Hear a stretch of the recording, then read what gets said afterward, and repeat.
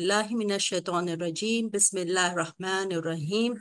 Rabbi shrah li sadri wa yassir li amri wahlul uqdatam min lisani yafqahu qawli. Allahumma allimna ma yanfa'una wanfa'na bima 'allamtana wa zidna ilma. Ameen ya rabbal alameen. Assalamu alaikum, dear sisters. Welcome to Deen Talk. This is a safe space that we have where we can connect with the beautiful Deen of Islam. Thank you for making the time and choosing to be with us today.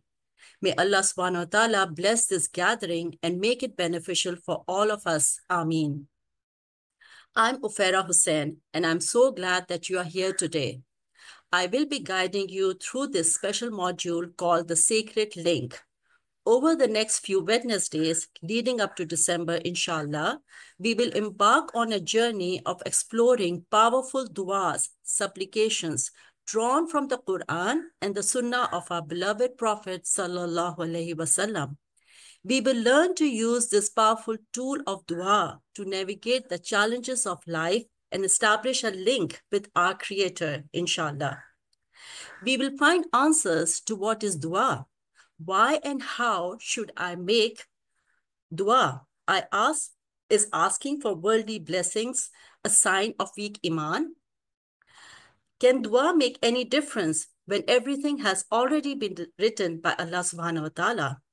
One by one, we will find answers to these burning questions and many more.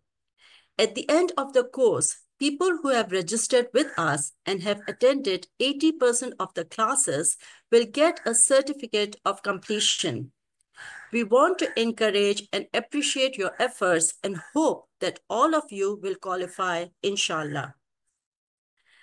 To enhance your dua practice, I like to suggest that you keep handy any authentic dua book. Hisnul Muslim is a great option, and also Iyaka Nasta'een. These books are available as apps too, so you can easily download them on your devices. For a deeper understanding of dua, I highly recommend Sheikh Yasir Qadhi's comprehensive book on the subject. This is available online in PDF format as well. It's a great resource to understand about dua and its importance in our daily life. Sheikh Yasir Qadhi wrote this book during a period of personal challenge, and his personal reflections add a unique depth to the writing. This is definitely not an exhaustive list. You can find many other books on du'as. I've only shared a few to get you started. Before we move on to the topic under consideration today, which is the first question, what is dua? I encourage you to share your thoughts, insights, and any queries you may have in the comments section of our YouTube channel. I look forward to engaging with your reflections, inshallah. Now let's embark on our journey of understanding the profound power of dua. Have you ever wondered what exactly is dua? We all have an understanding of it, at least to some extent. But today, we will explore dua through the lens of the Quran and Hadith of the Prophet sallallahu alaihi wasallam. In this course, our goal is to deepen our comprehension of dua and learn how to make our supplications more impactful. Allah subhanahu wa ta'ala says in Surah Ghafir, verse 60, and your Lord has stated, make dua to me. وَقَالَ رَبُّكُمُ ادْعُونِي أَسْتَجِبْ لَكُمْ إِنَّ الَّذِينَ يَسْتَكْبِرُونَ عَنْ عِبَادَتِي سَيَدْخُلُونَ جَهَنَّمَ دَاخِرِينَ. And your Lord has stated, make dua to me. I will of a surety respond to you. Verily, those who are too arrogant to worship me will enter the fire of hell, humiliated. In this verse, Allah subhanahu wa ta'ala says, Ud'uni, which means make dua to me, call out to me. And he promises, Astajib lakum, I will surely respond to you. Imagine this, Allah subhanahu wa ta'ala, the most merciful, directly invites us to call upon him, and he promises that he will surely respond. Now you might think, will he truly fulfill his promise? You know how when we ask someone for a favor in this world and they say, yes, I will do it, but in our heart of hearts, we are a bit skeptical, wondering if this person really means it. Will he or she really fulfill the promise? But we must remember this is not the response of a human being. This is the Lord of the worlds, Allah subhanahu wa ta'ala, who is beyond human limitations. He is truthful and faithful to his word. He is never flippant about anything.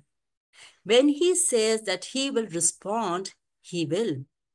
No need to doubt or worry. But yes, there are some conditions which we will discuss in a future class, inshallah. For now, we need to develop a conviction and be very confident that once I call upon Allah subhanahu wa ta'ala, I will get a response. He will take care of the matter and it will be the best solution. Then in the same verse, Allah subhanahu wa ta'ala continues and says, Innal ladhina yastakbiruna an ibadati. I want you to look at the word ibadati. This word means worship me.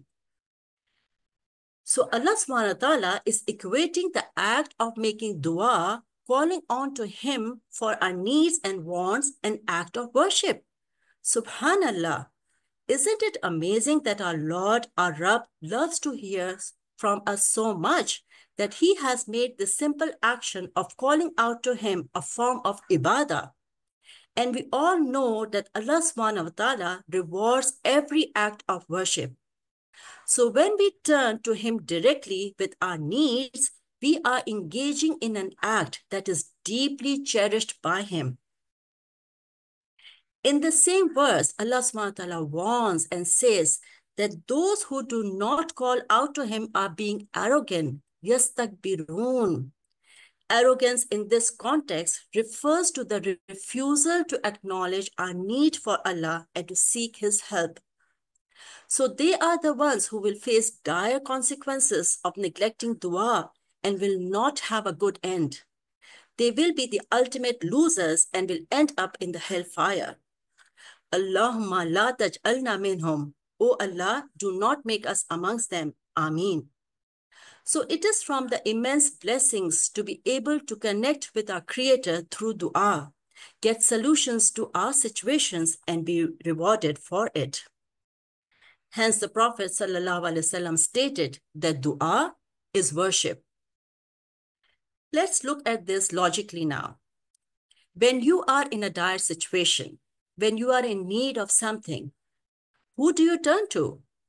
Would you rather go to someone whom you trust, who is capable of giving you a solution to your issue at hand, or would you just go to any random person? I'm sure your answer would be that you will go to someone whom you trust and find capable of assisting you. Similarly, dua reflects our deep trust, reliance, and surrender to Allah subhanahu wa ta'ala. So that is the reason why Allah subhanahu wa ta'ala loves and responds to the one who turns to him in his hour of need. This simple act shows our confidence, our trust, and our dependency on Allah subhanahu wa ta'ala. Dua is a calling out to Allah when we are feeling low or in a distress. It's a call for help and guidance.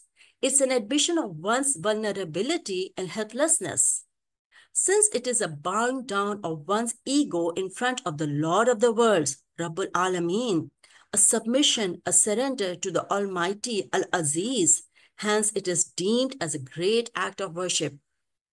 In essence, when we are making dua, we are showing our neediness to Allah, and we free ourselves from any pretense of having any power or ability to change any matter by ourselves.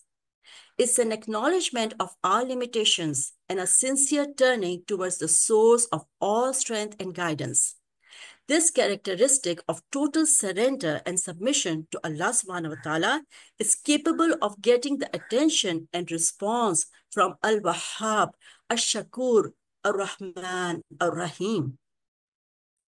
Now that we have understood that dua is worship, and it is a very strong tool to get the attention of Allah subhanahu wa ta'ala, we want to make sure that we do it right. So we ask Allah subhanahu wa ta'ala to guide us and help us make our du'as effective. The Prophet ﷺ once held the hand of his beloved companion, Mu'adh bin Jabal, may Allah be pleased with him, and said, I love you, O Mu'adh. Mu'adh responded with equal affection. He said, I also love you, O Messenger of Allah. The Prophet ﷺ, in his infinite wisdom, then taught him a powerful dua, and that dua was, Rabbi a'inni ala dhikrika wa shukrika wa husni ibadatik. O my Lord, help me in remembering you, in thanking you, and in beautifully worshipping you. This dua is a profound request for divine assistance in cultivating constant remembrance of Allah subhanahu wa ta'ala, expressing gratitude for his countless blessings, and elevating our worship to a level that is pleasing to him. Let's read the dua again. Rabbi a'inni ala dhikrika wa shukrika wa husni ibadatik.